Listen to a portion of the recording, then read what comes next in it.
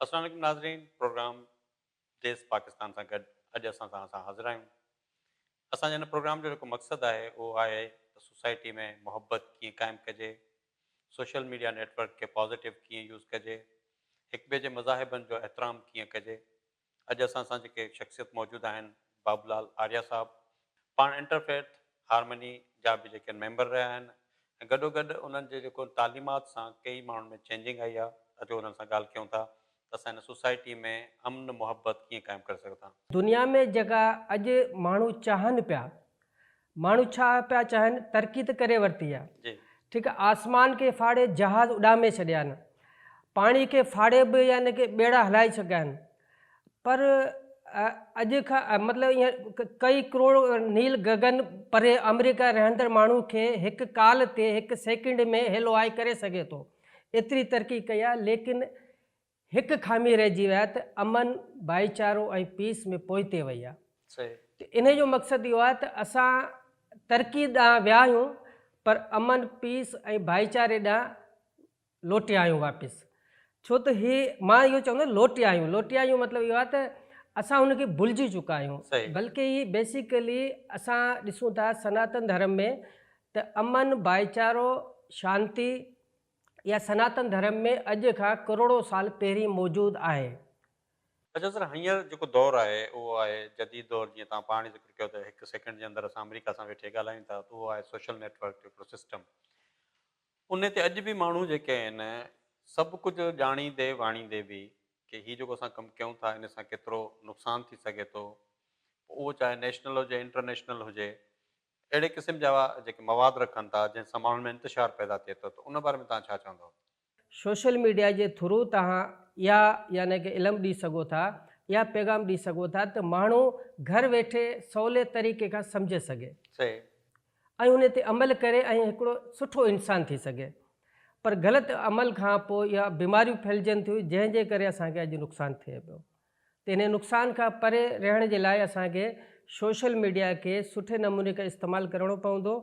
ऐं इन खां जेको फ़ाइदो इहो आहे त ॾिसो त असांखे 100 किलोमीटर परे वञण जे लाइ पहिरीं 5 कलाक यानी कि सफ़रु करिणो पवंदो। अॼु असांखे यानी कि इन साइंस इन टेक्नोलॉजी इन तरक़ी असांखे एतिरी सहूलियत ॾिनी आहे त असां 5 मिंट जे अंदरि अंदरि उनखे पैगाम ॾेई सघूं था त भई असांजे घर में ई दावत आहे, तव्हां अचो। जी त ईअं फ़ाइदो वठी सघे थो। पर नुक़सानु इहो आहे त नुक़सान में जेको आहे न, ख़ासि करे मां ॾिसो त नुक़सानु हिन दुनिया जे अंदरि जेतिरो ॾिनो आहे इंसानु ॾिनो आहे, ॿिए कंहिं बि जानदार शइ न ॾिनो आहे। दुनिया जे अंदरि जेका अमन खे जेको बाइकाट कयो आहे, जेको शांती खे बाइकाट कयो आहे, सिर्फ़ु केवल हिकिड़ो इंसानु आहे जंहिं इहो कयो आहे। त इन खे सुधारण जे लाइ बि इंसान खे पाण खे सुधरणो पवंदो ऐं दुनिया खे सुधारणो पवंदो। जीअं उहा ॻाल्हि कई त ॾिसो, अॻु में ज़मानो इहो हो त कंहिं बि वॾे माण्हू खे या कंहिं बि स्कॉलर खे ॿुधण लाइ उन सीट जी वञिणो पवंदो। हाणे स्कॉलर छा आहे जो उहा ई ॻाल्हि रखे थो। अच्छा, उन में जंहिं इज्तमा में उहे चंद माण्हू ईंदा, उहे सिर्फ़ु चंद माण्हू ॿुधंदा, ॿियनि ताईं जेसि ताईं वञी उहा ॻाल्हि पहुचे या शायदि उन ॻाल्हि खे अॻिते पोइते बि करे छॾींदा। पर अॼु उहो दौरु आहे जो उहो ई स्कॉलर उहो ई माण्हू पंहिंजे पेज ते रखे थो, जंहिंमें किरोड़े माण्हू विदिन सेकेंड पंहिंजे घर वेही उनखे ॿुधी सघनि था। त इहो हिकिड़ो उनजो वॾो बेनिफिट आहे जंहिंसां असां माण्हुनि में इहो पैगाम ॾेई सघूं था। अच्छा, मां इहो चाहींदुसि त असां जीअं तव्हां हिकु मदर स्कॉलर आहियो, उन्हनि जा छा फ़राइज़ आहिनि त उहे कीअं जेको आहे इन्हनि शयुनि खे रोकनि? हर मज़हब जेको आहे अमन शांती चाहे थो। को बि अहिड़ो मज़हब न आहे जिते अमन खे बिगाड़ पैदा करे सघे। सही। हर माण्हू चए थो कि मां सुखी रहां, दुनिया बि सुखी रहे। ऐं ख़ासि करे मां सनातन धर्म खे मां ॾिठोमांसि त उन में ॾिसो त लिखियलु आहे सर्वे भवंतु सुखिनः, यानी पूरी काइनात जा जेतिरा बि जानदार आहिनि, जंहिंमें परिंदा बि थिया, जानवर बि थिया, इंसान बि थिया, सभी सुखी रहनि।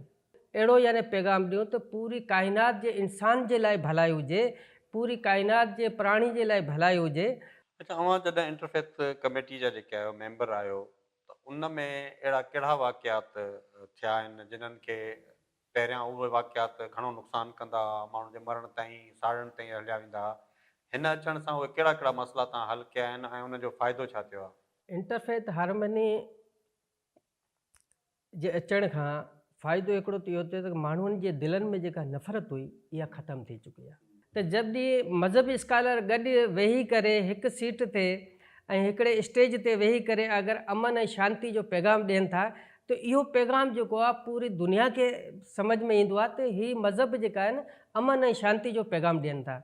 त इन खां सभ खां वॾो फ़ाइदो जेको थियो आहे त हम आहंगी वधी आहे, मोहबतूं वधियूं आहिनि, प्यारु वधियो आहे ऐं दिलचस्पी माण्हुनि में इहा थिया त असां सभु इंसान आहियूं, सभु बराबरि आहियूं, सभु भाउर आहियूं। जंहिंखे इल्मु न आहे, जंहिंजी खोजना न आहे, जंहिंजी रिसर्च न आहे, जंहिंजी पढ़ियो न आहे, हर मज़हब खे न पढ़ियो आहे, सिर्फ़ु 4 किताबूं पढ़ी करे बि जेको पंहिंजे तौर ते मुफ़क्किर थी करे बयानु ॾिए थो त उनखे बि न ॿुधणु खपे, इहो तव्हां कीअं था चओ? मज़हब खे पढ़ण जे लाइ बुक ते हिकिड़ी सम्झो त भला 300-400 पेज जी हूंदी, पर हुनखे पढ़ण जे लाइ तव्हांखे घटि में घटि 10-12 साल लॻणु खपनि। ऐं जेकॾहिं असां उनखे महीने में पढ़े करे अगरि ॿियनि खे सम्झाइण लॻियासीं त सम्झो त न पाण सम्झो न ॿियनि खे सम्झाए सघे थो। त इन करे उनखे यानी की पाबंदी हुजे या त उन ते घटि में घटि इहो त उनखे सोचणु खपे त मां पाण न सम्झो आहे त ॿियनि खे छा सम्झाए सघां थो। त ईअं मज़हब जी ॻाल्हि खे हमेशह को बि स्कॉलर करे ऐं स्कॉलर में बि इहो माण्हू हुजे जेको सम्झे सघे। छो त मज़हब जे स्कॉलर जो मतिलबु इहो त न आहे त तव्हां किताब पढ़ी कंहिं बि मज़हब जी ऐं तव्हां उन मज़हब जी ॻाल्हि पिया करो, थी सघे उहा तव्हां न सम्झिया हुजो। छो त किथे किथे जी हिकिड़ी ॻाल्हि आहे त मज़हब में ईंदो आहे, संस्कृत हिकिड़ी भाषा आहे, ॿोली आहे, जंहिंमें चयो आहे कि नौकर खे मालिक अगरि चवे थो कि हे नौकर तूं सेंडो लेके आ। हाणे सेंडो जा ॿ अर्थ थींदा, मतिलबु ॿ थींदा आहिनि, हिकिड़ो हाथी ऐं ॿियो लूणु। हाणे अगरि नौकर अगरि होशियारु हुजे, समझदार हुजे, व्याकरण ॼाणू हुजे, ग्रामर खे सम्झे त हू सोचंदो त मालिक हींअर कहिड़े वक़्तु छा पियो करे।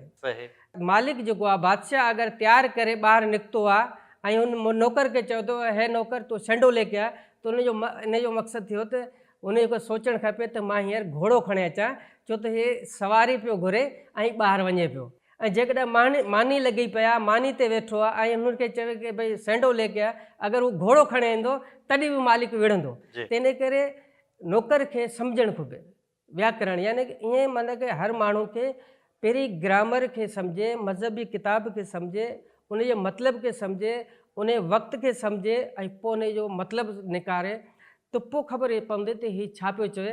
अगरि जेकॾहिं असां ईअं न सम्झियासीं त असां उन जो उल्टो मतिलबु निकारंदासीं ऐं उल्टो अर्थ करे असां समाज खे सम्झ लो हिकिड़ो की सम्झो त नुक़सानु ई ॾींदासीं, ॿियो कुझु न।